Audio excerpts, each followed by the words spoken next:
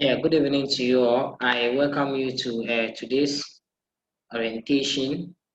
And for those of you who don't know me, my name is Emmanuel. So you call me Saima for short. Okay, so most of you or most of my students know me, Say Emmanuel.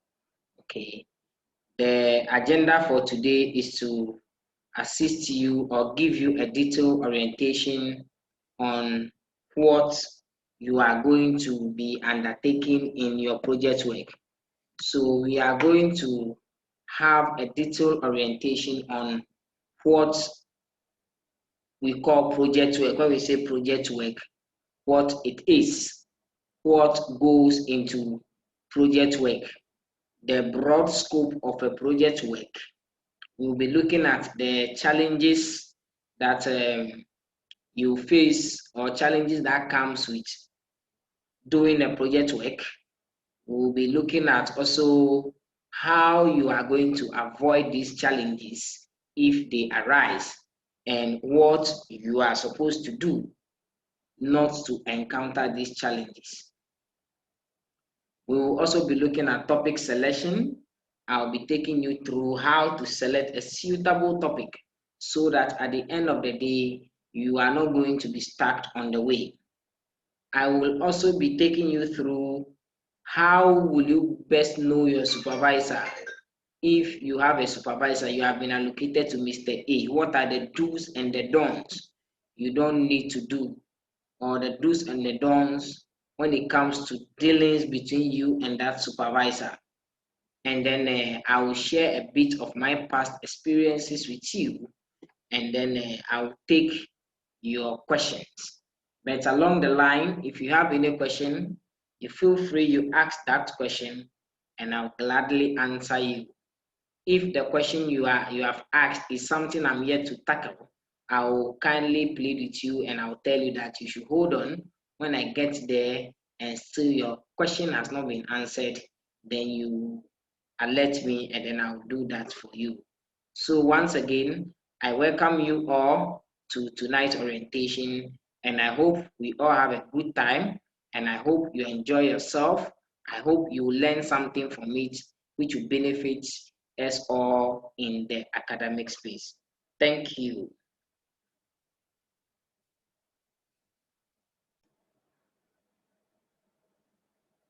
Now, when we talk of a project work, what do we simply mean? A project work normally involves lot of resources. It involves a lot of time. It involves a lot of people. It involves materials. It involves a lot of skills. So when we talk about a project work, what does that mean?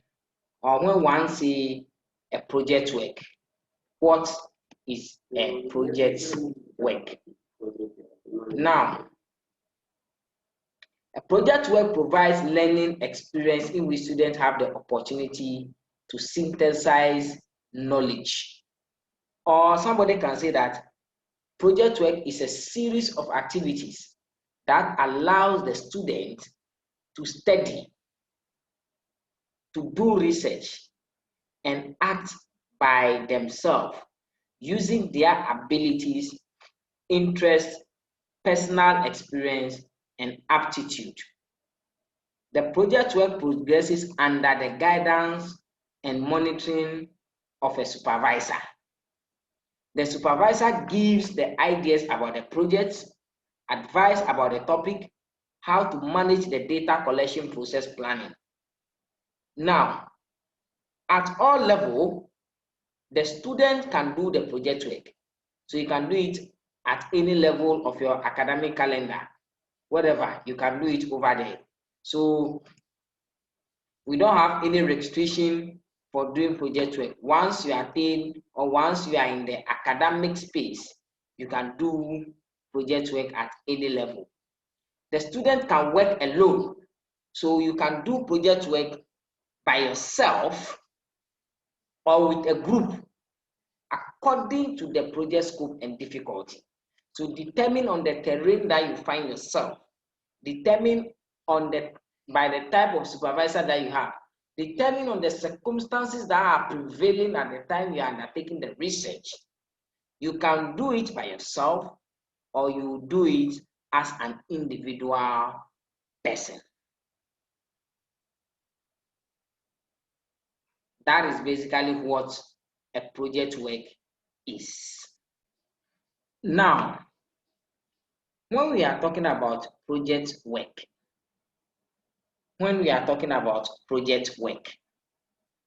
what is expected from you as a student? Or what do you consider a project work? Now that you know the definition of a project work, what form does a project work take? The project work, is it just a paper? What is it? What kind of animal is the project work we are talking about? That is what I mean here.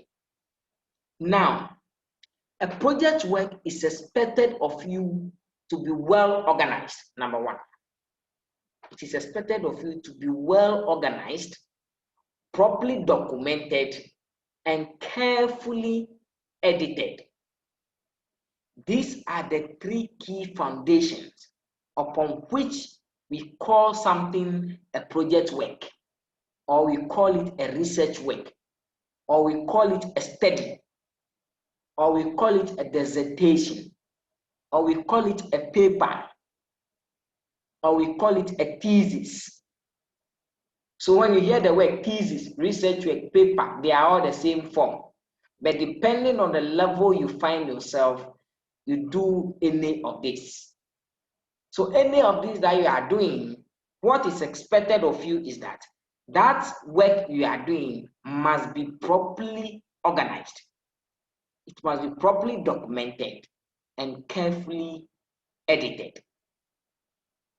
Now, however, a good project is expected of a student who has spent like number of years in a university. So let's say if you spend 4 years in a university, you are expected to be able to logically present an information or present an argument that can stand the test of any proposition. You should be able to make logical presentation that projects the virtues of a good scholar or a potential scholar. That is what a project work is expected of from a student, or that is what a student is expected of to present as a project work. So you are not just organizing something, you are not just documenting something, or you are not just editing something and giving to them. But whatever you are presenting should be something that is gainfully, or that it should be something that is capable of any new virtue as a scholar. That is a project work. Now, project work is also supposed to comply with standard and format of a research. So as you are doing it, it must comply with standard and format of a research. And I'll take you through the standard and format of a research, and you will understand very, very soon. Now, when we are talking about a project work or a good project work should contain the following. A good project work should have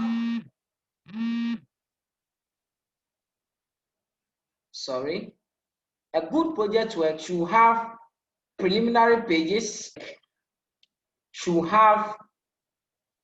preliminary pages, and these preliminary pages should contain the title page, it should contain certification, it should contain dedication, it should contain abstract, should contain the introduction, aim, scope of the project. Don't worry, I'll take you through these things and then you understand. Now, when we talk about preliminary pages, the preliminary pages are the pages that precede the whole work. But in our academic setting, these preliminary pages are done when the work is done. You do these preliminary pages when the work is done. You don't do it before the work begins. You do the preliminary pages when the work is done. So the title page indicates the title of the research. The certification declares the honesty of the researcher and then the supervisor himself. So the certification page is a page that is legally telling anybody that yes, this work that I do has been supervised by so and so Mr. under his direction, and he has certified that this is a true copy of my own work. I have not copied anybody's work. There is nothing like plagiarism in the work. Whatever I copied from, I have referenced it as such. So at the end of the day, everything becomes okay. And that is what the certification page is about. Then the dedication. Sometimes you see people taking an award on a stage, then they say, I dedicate the award to my fans. You see somebody taking an award, then you say, I dedicate the award to my wife. You see somebody taking an award, then you say, I dedicate the award to my brother, to my sister, to my manager, and all these stuff. I get you the scenario. So the dedication is about whom are you dedicating the work to. Somebody may say, I dedicate the work to God. Somebody say, I dedicate it to my wife. Whoever you dedicate it to, that one day, it doesn't matter, or nobody cares about that particular dedication. Where the person cares, or where everybody cares most, is the abstract. Abstract is the summary of the whole work. So anybody that picks your project work and picks the abstract should be capable of telling anybody, or once I look at your abstract, I should be able to know what is in the rest of the chapters. The abstract gives a summary of the chapter 1 to the chapter 5. So the abstract tells you the beginning of the work. It tells you the end of the work. Now, when we are dealing with the abstract tells you the introduction, which entirely summarizes the whole work in about the whole motive of the work in about 2 or 3 sentences. Then it tells you the aim of the work, what the work seeks to do, or what the project work set out to do. The abstract also tells you about the scope of the project. That's the boundaries of the research. The abstract also tells you the methodology. What kind of method did you use to do the research? It's like you are playing a football. Somebody may adopt 4-4-2. Somebody may adopt 4-4-1 or 4-4 something, 3-2-3-2, whichever way. The method you adopt to execute the project work is the methodology. Then the abstract also tells you about the results or the data analysis. How did you analyze the data? What mechanism did you use to analyze the data? That is what we call the results. So the results and then the final part of the work is also included in the abstract. We will do all those things. I'll give you a sample and then you see, then you understand better.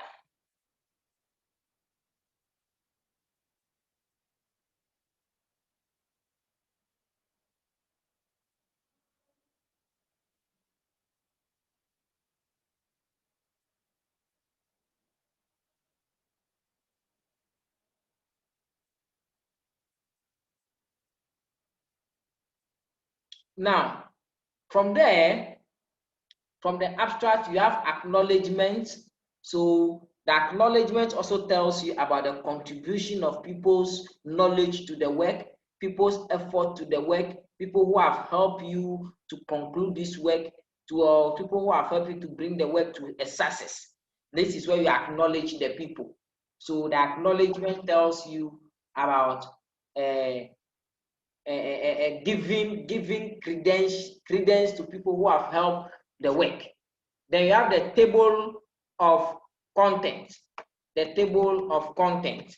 So the table of content tells us the numerical arrangement of the whole work. So the numerical arrangement of the work in terms of each point, in terms of each arrangement, whatsoever, how the work has been arranged. So when I pick the work and I look at page 3, I pick the table of content. I should know what is on page 3. I pick the table of content. I should know what is on page 47. So when I'm looking for something in the work and I pick the table of content, I should know the exact page I should open to, and then I get it. Then we have what we call the list of tables. We have list of table and then list of figures. We'll do all those things and then you understand it very well. So that is basically what the preliminary pages are about. So as I told you, the preliminary pages precedes the work, but they are done after the work is done. So you don't do that before you start the work. You do those ones when you are done with the work.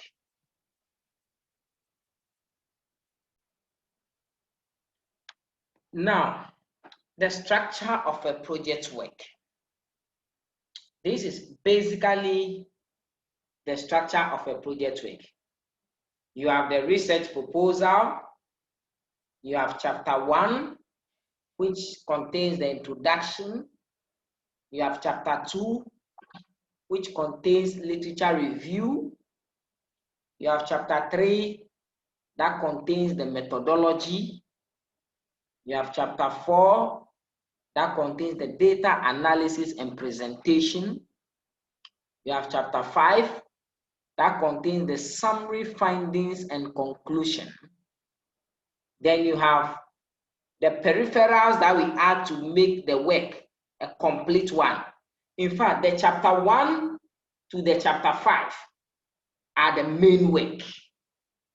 The chapter 1 to the chapter 5 is the main work. The references, the appendix, and the preliminary pages are all done when you are done with the chapter 1 to the chapter 5. The very first thing you do in the research is a proposal. The proposal tells me or any other person what you want to do.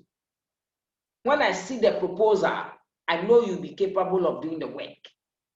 When you want investors to invest in your business, they ask you to bring a business plan. So they see me seeing the business plans, know how the work is going to be run. So the proposal is like the business plan of the research. The proposal is the master plan of the research.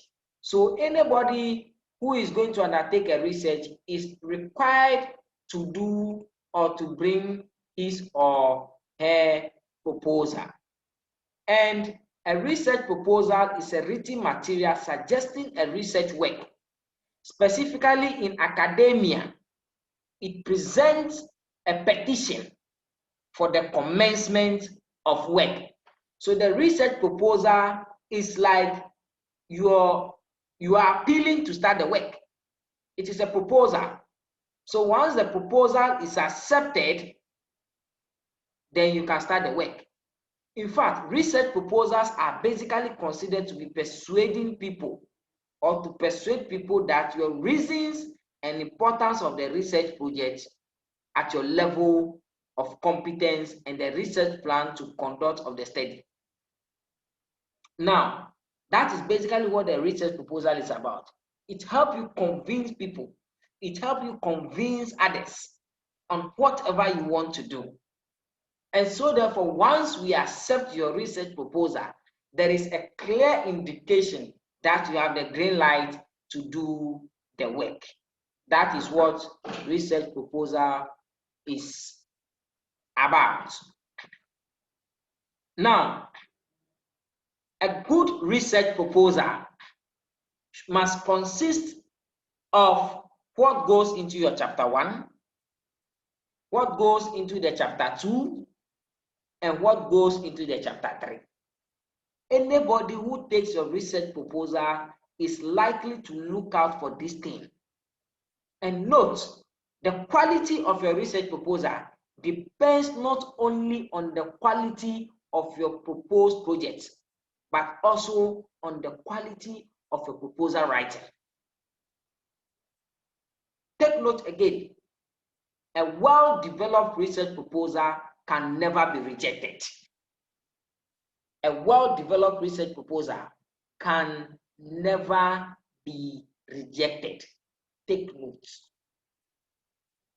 So once you have a good research proposal, there is a clear indication that your work has already been accepted. Now, a research proposal includes a cover page. It includes the background of the study. A research proposal also includes the methodology you are going to use. So when we are talking about the background, it first tells you the first appearance of the research, its collection of importance of information, that is the objective, the research problem, and then the research question, that is the steps you require to come up with your research design and the implementation of the variable solution, on and on and on and on. I'll come and break them down for you, and then you understand. But basically, this is what a research proposal is about.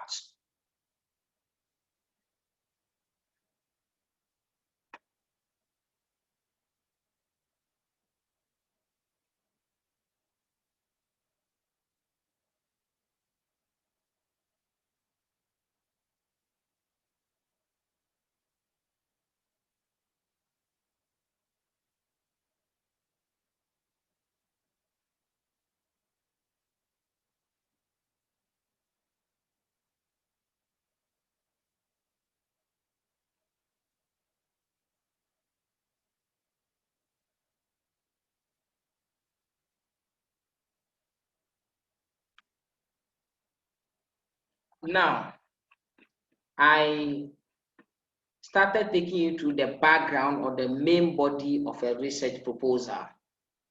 I said the main body of a research proposal, or the body of a research proposal, contains from chapter 1 to chapter 3. The chapter 1 that talks broadly about the background of the study, okay? So it talks broadly about the background of the study. It talks about the introduction, what comprise the preliminary content of the research. It tells you about the research question. It talks you about the research objective. It tells you about the problem statement, on and on and on and on. So that is what the background talks about. So under the background, we have the introduction. So if I meet you and I say, tell me about yourself, you tell me your name, you tell me where you come from, on and on and on and on. That is what the background, the introduction is about. Then under the background, we have the problem statement.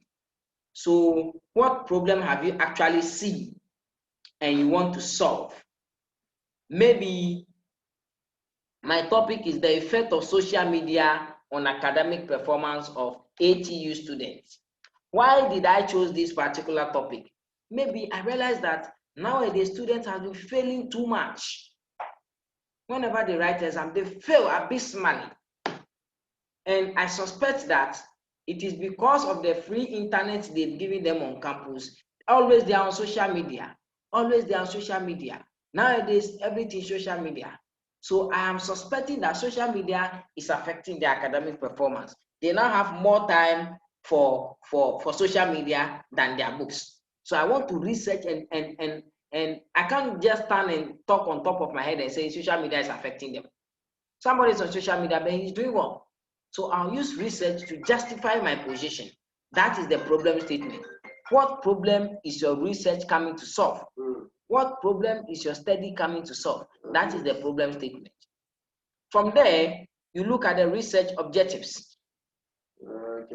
The research objectives basically talks about what is the aim of the research.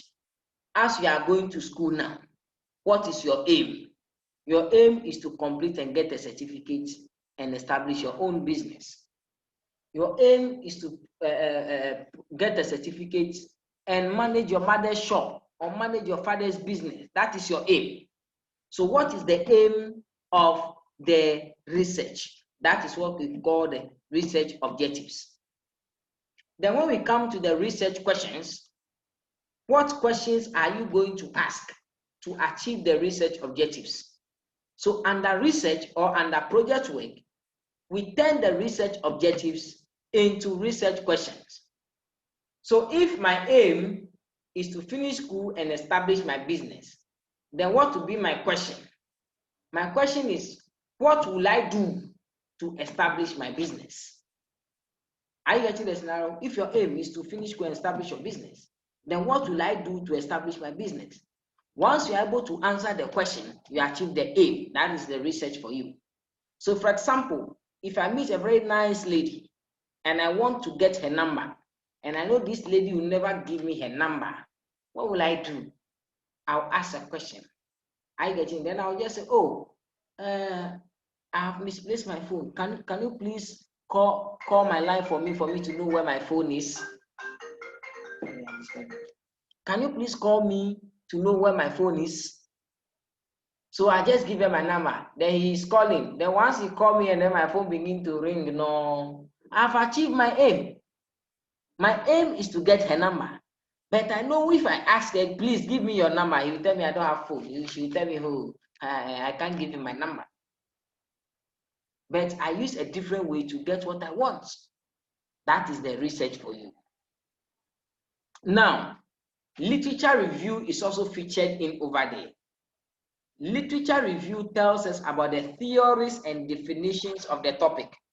What people have said about the topic. What other scholars have come out with about the topic you have chosen. So if I pick effect of social media on academic performance of students, what did other researchers found out about social media and its effect on academic performance? Maybe one researcher found out that it has a negative impact on students. But maybe these people, they are staying in the village. Somebody also say it has no impact. Maybe these people, they are staying in the city. So they are set every, it's not one size fits all matter in project work.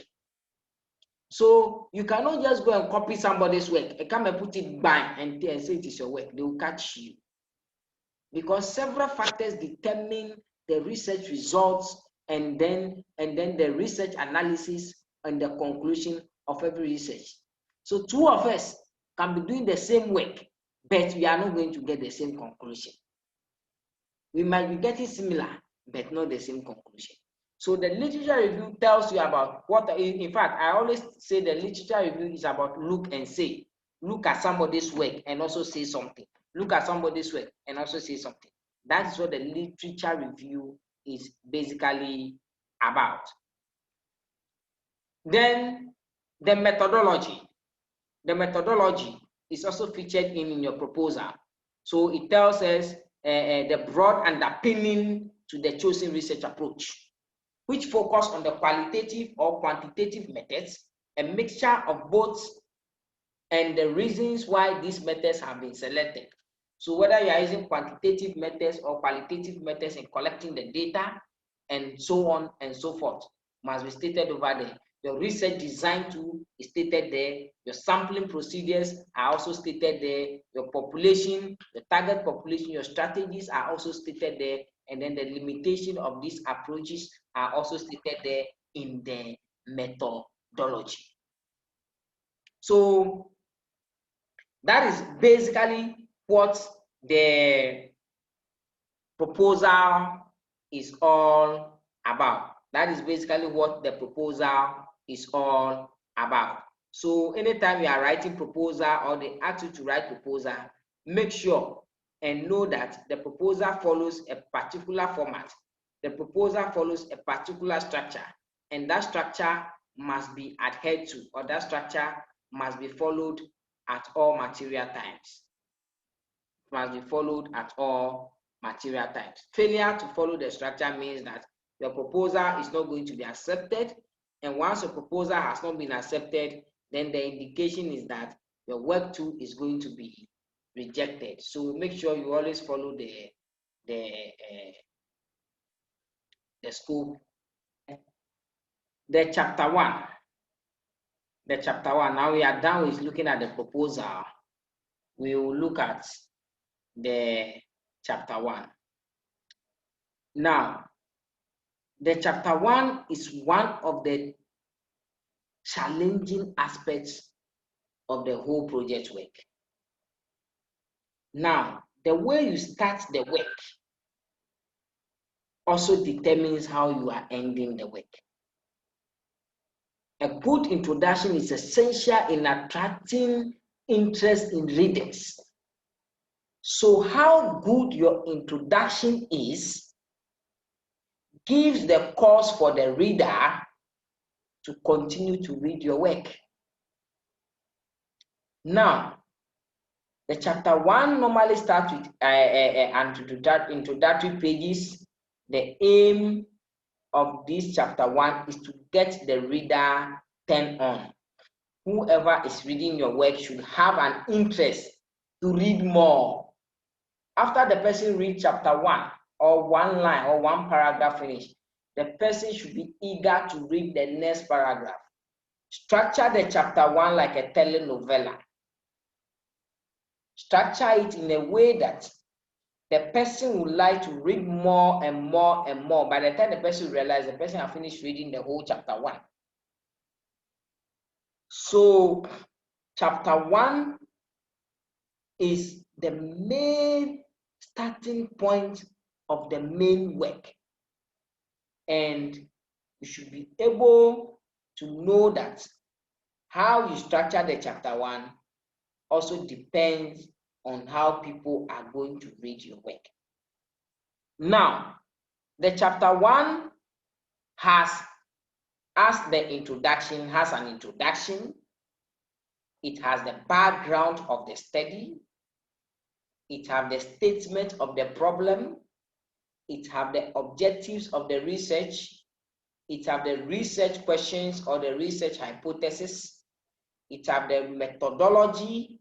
Some people decide that you bring it there. Some supervisor will tell you not to bring it there. So whichever supervisor you are with, depends on which standard he is following, might tell you that don't bring the methodology in the chapter one. Some may ask you to bring it in the chapter one. So don't see your friend bringing it in and you are not bringing it in, and it means that your work is wrong. No. What your supervisor have asked you to do, you do that. You have the scope of the research, you have the significance of the research, and then you have the limitation of the research. That is basically, and then finally you have the organization of the study or the structure of the study. That is basically what the chapter one is all about. So let's take them one by one. When we talk of chapter one, or when we talk about the introduction is the first paragraph of a written research paper. For the first thing you say in an oral presentation, or the first thing people see, hear, or experience about a project, that is what the introduction is about.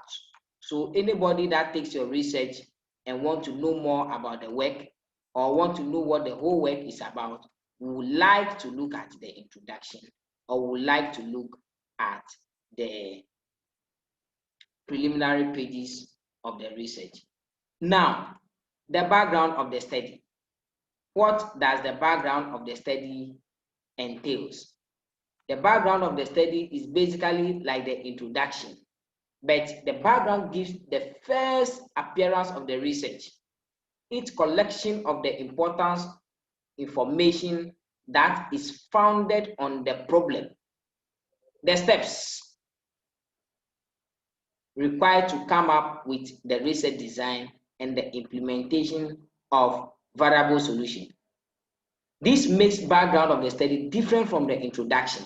So you should be able to know the difference between the background of the study and also be able to know the difference between the introduction of the study. They are not the same. They are two different separate things altogether. But all these things are found in the chapter 1. All these things are found in the chapter 1. You should be able to distinguish between the background and also be able to distinguish between the introduction of the study. Then let's go to the problem statement as I have explained it. And before I go on, take note, the proposal is always written in the future, whilst the chapter 1 to 5 is written in the past.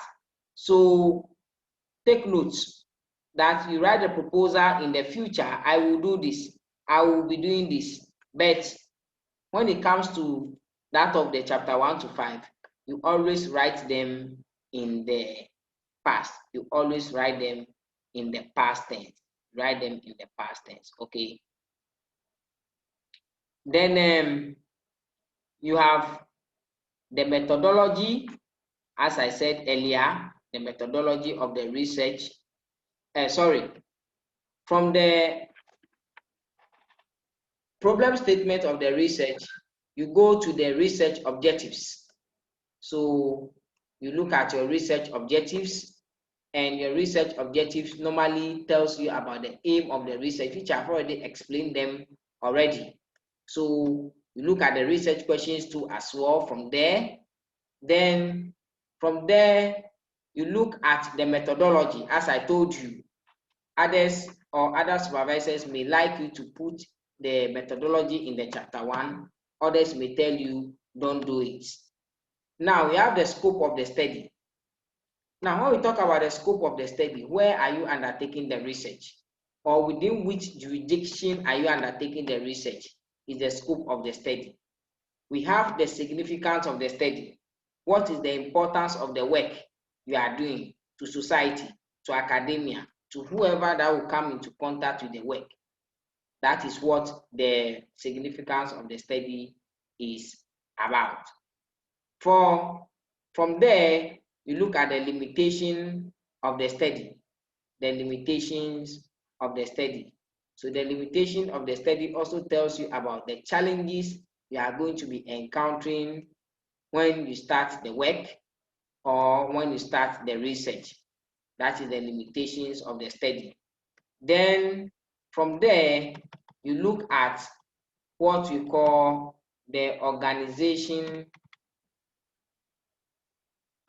of the study. The organization of the study, or the chapter outline, So the organization of the study tells you how the whole work is going to be structured. Chapter 1, which entails the introduction. Chapter 2, that entails the limitation. Chapter 3, that entails the methodology. Chapter 4, that entails the data analysis and presentation. Chapter 5, that entails the summary and conclusions and findings of the research.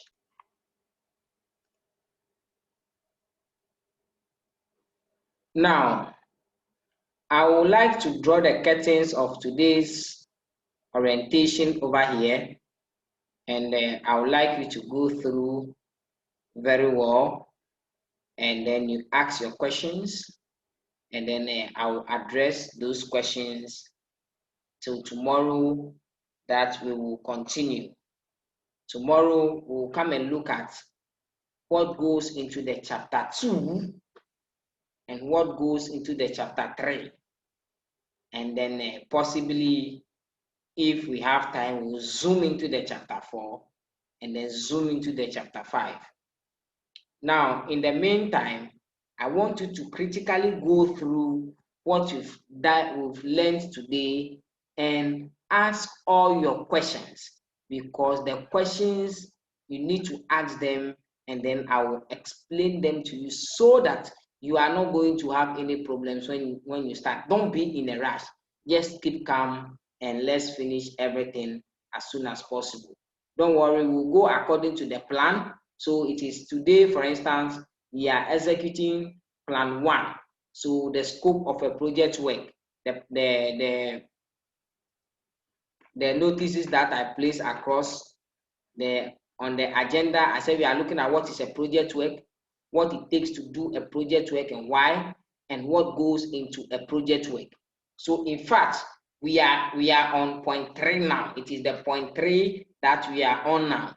And when we are done with the point 3, then we'll execute the point 4 and then we go our way. So in fact, this orientation can take us to something like Saturday before we'll be done. We'll be doing it 1 hour, 1.5 hours, so that you can capture everything and understand everything, so that it will not be like you are just following for following sake. So I'll draw the curtains for today's lesson here, or for today's orientation over here, and I'll urge you all go through and understand very well. I've recorded the video and I'm uploading the video on YouTube for you. I'm uploading the video on YouTube